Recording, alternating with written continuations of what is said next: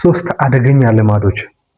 እነዚህ ሶስት አደገኛ ልማዶች ማለት በየቀኑ በጣም ብዙዎቻችን ሳናስተውል የምናደርጋቸው ግን ደግሞ እነዚህ ነገሮች በማድረጋችን ህይወታችንን ወደ ኋላ የሚስቡት ወይንም ደግሞ ወደ አዘቅት የሚከቱት እንዲሁም ደግሞ ህልማችንን በሙሉ የሚገድሉት። በጣም ብዙዎቻችን ልጆች እያለን ስናስብ ምን መሆን ትፈልጋለህ ስንባል ወይንም ደግሞ እስቲ ቤት ምን አይነት ነው የሚሆነው፣ የምትኖርበት ቤት ስንት መኪና ይኖራል ምናምን ተብለን ስንጠይቅ የምናስበው ቤት አለ አይደል? ብዙዎቻችን በቃ በጣም ትልቅ ቤት ምናምን። እኔ አሁን ልጅ እያለሁ ማስበው የነበረው ቤት ምን አይነት ቤት ነው?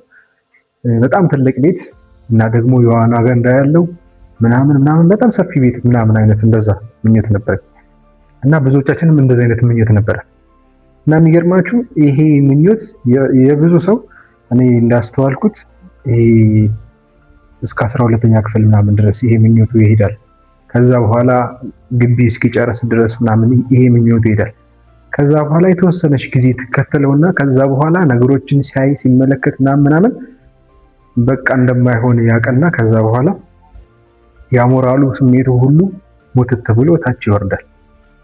እና ይሄ ህልማችንን ሁሉ ግድል የሚያደርገው እነዚህን ሶስት ልማዶች በማድረጋችን ነው ብዬ አስባለሁ። ሶስት ብቻ ልማዶች አይደሉም፣ ግን ደግሞ ለዛሬ ሶስቱ ላይ ብናወራባቸው እና ደግሞ ሰዎች ቢነቁበት። ምን ማለት ነው? አሁን ሳናስተውላቸው ሳናስበው ነው የምናደርገው ብያቸዋለሁ። እንዴት ነው እንደዛ የሆነበት ምክንያት? በምሳሌ ላስረዳችሁ።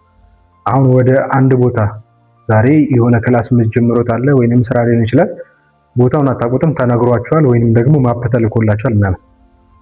ወደዛ ቦታ ስትሄዱ እያንዳንዷን ቅያስ የምትሄዱበትን የምትታጠፉበትን ምናምን ታስተውላላችሁ፣ የመጀመሪያችሁ ስለሆነ ማለት ነው።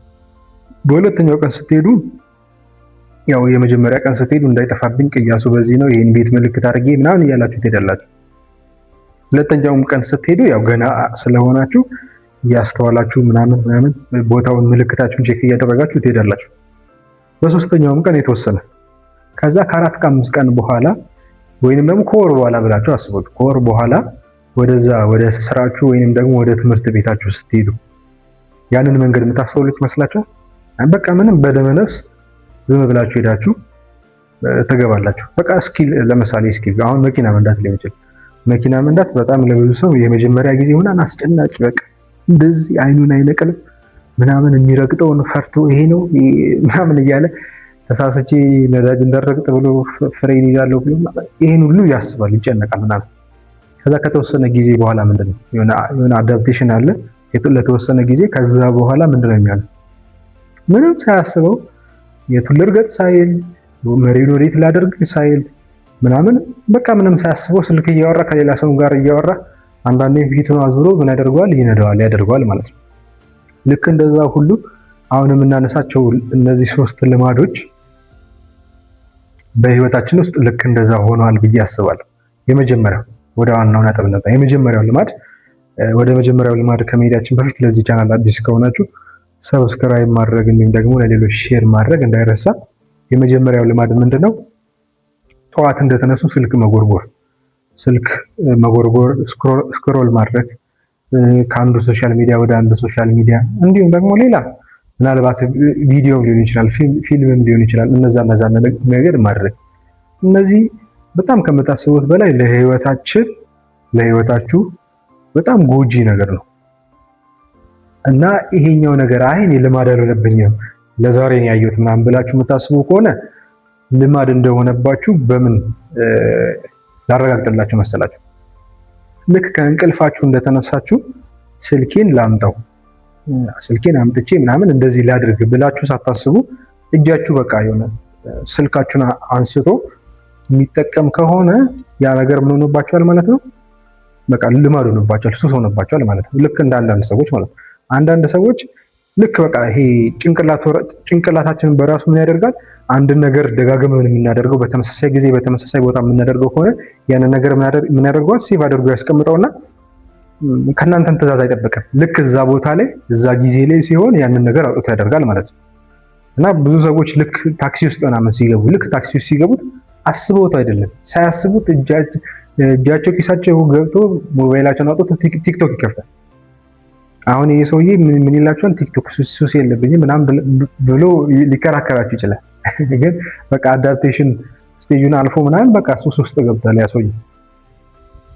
ልክ እንደዛ ሁሉ እናንተም ስልካችሁን ልክ ከእንቅልፋችሁ እንደነቃችሁ እንደዛ የምታደርጉ ሰዎች ከሆናችሁ ተይዛችኋል ማለት ነው። ስለዚህ ይሄ ስልክ መጎርጎሩ በጣም ከፍተኛ ጉዳት አለው። በጤና ብትሉ ለአይን ብትሉት በጣም ከፍተኛ ጠንቅ ነው።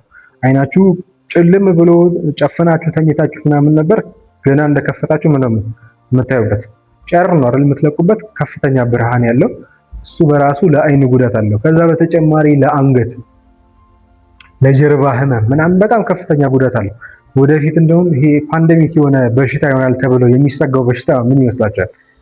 የሰዎች ይሄ ከአንገታቸው ምን ብለው ይሄ ጎባጥ አይነት ሰዎች ልክ ፓንደሚክ ይሆናል ተብሎ ከተወሰነ ዓመት በኋላ ፓንደሚክ ይሆናል ተብሎ ይጠበቃል እና ደግሞ ይሰጋል።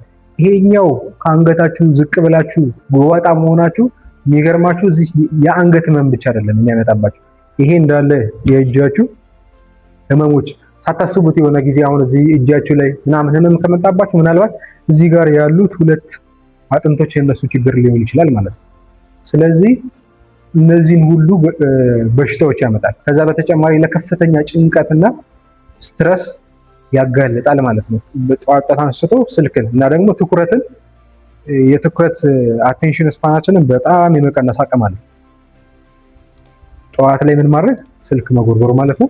የመጀመሪያው ልማድ ይሄ ነው። በተቻላችሁ አቅም ለመቀነስ እና ደግሞ በተለይ ጠዋት ላይ ምናምን ፕሮዳክቲቭ መሆን ባለባችሁ ጊዜ የሆነ ስልካችሁ ምናምን ካላችሁ ድንዝዝ ነው የሚሉት። ስለዚህ በቃ አቮይድ አድርጉ። ከዚህ በፊትም ብዙ ጊዜ ብያለሁ። ስልክ መጠቀም ያለባችሁ ሶሻል ሚዲያ መጠቀም ያለባችሁን ጊዜ ሴት ለማድረግ ሞክሩ።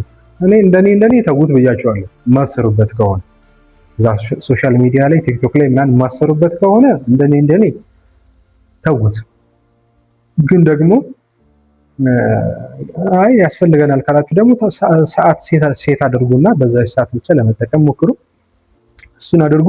ሁለተኛው ልማድ ደግሞ ነገሮችን ማራዘም።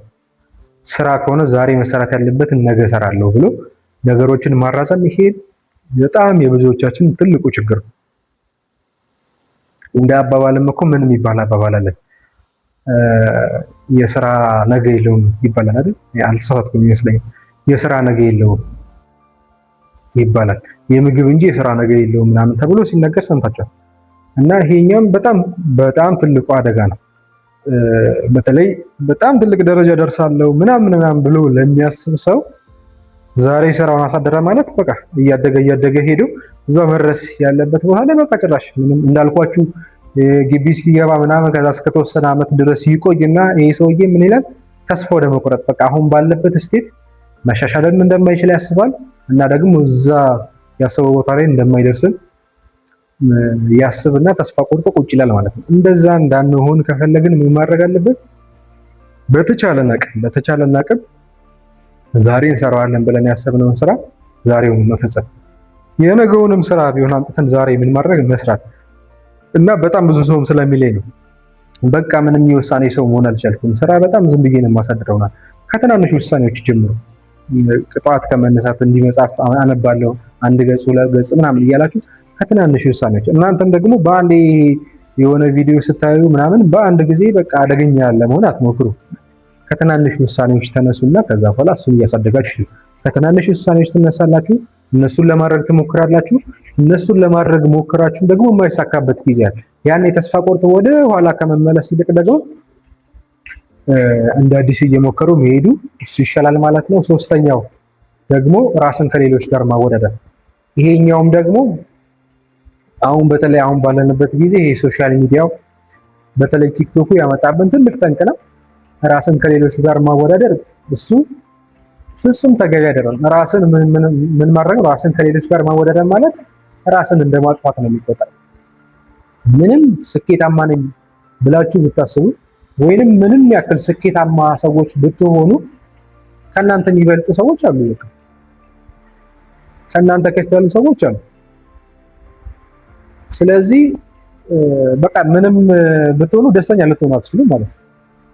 ስለዚህ ምን ይባላል መሰላችሁ? ከናባባሉ በጣም ይሄ ቆንጆ ነገር ልነግራችሁ ነው። አንድ ሰው 3 ጓደኞች ሊኖሩት ይገባል ይባላል። የመጀመሪያው ከሱ በላይ የሆነ፣ ሁለተኛው ደግሞ ከሱ እኩል የሆነ፣ ሶስተኛው ደግሞ ከሱ በታች የሆነ ጓደኛ ሊኖረው ይገባል ይባላል። ከሱ በላይ የሆነው የሚያስፈልገው በቃ ያለበት ላይ እንዳይቆም ያለበት በቂ እንዳልሆነ የሚያሳየው እና ደግሞ የሚያበረታታው ጓደኛ ሊኖረው ይገባል። ሁለተኛው ደግሞ ከሱ እኩል ያለው ደግሞ ሲያወራ የሚግባባው የሚጫወተው ምናምን ጓደኛ ያስፈልገዋልና ሁለተኛው ጓደኛ ያልኳችሁ እሱ ነው። ሶስተኛው ጓደኛ ደግሞ ከሱ በታች የሆነ ጓደኛ። ይሄ ደግሞ ለምንድን ነው የሚያስፈልገው? በቃ ከሱ እኩል የሆነና ከሱ በላይ ብቻ ካለው ምን ሊሆን ነው? በቃ ይሄ ሰው አመስጋኝ ላይሆን ነው ማለት ነው። ስለዚህ አመስጋኝ እንዲሆን ከሱ በታች ያሉ ሰዎችም እንዳሉ መመልከት መቻል አለበት፣ ማየት መቻል አለበት። ስለዚህ እንዲያመሰግን ይሄኛው አይነት ጓደኛ ያስፈልጋል ማለት ነው። ስለዚህ በተቻለን አቅም እነዚህን 3 ልማዶች ማስወገድ ያስፈልገናል። እስቲ ከነዚህ ከ3 ልማዶች ለእናንተ ከባድ የምትሉት ወይንም ደግሞ ሞክራችሁት የከበዳችሁ ልማድ የትኛው ነው? ኮሜንት ላይ አሳውቁን። ዛሬ የነበረን ቪዲዮ ይሄ ነው። ሰብስክራይብ ማድረግ፣ ለሌሎች ሼር ማድረግ እንዲሁም ደግሞ ቪዲዮን ከወደዳችሁት ላይክ ማድረግ እንዳይረሳ፣ ለብዙ ሰዎች እንዲደርስ ስለሚጠቅመን አመሰግናለሁ።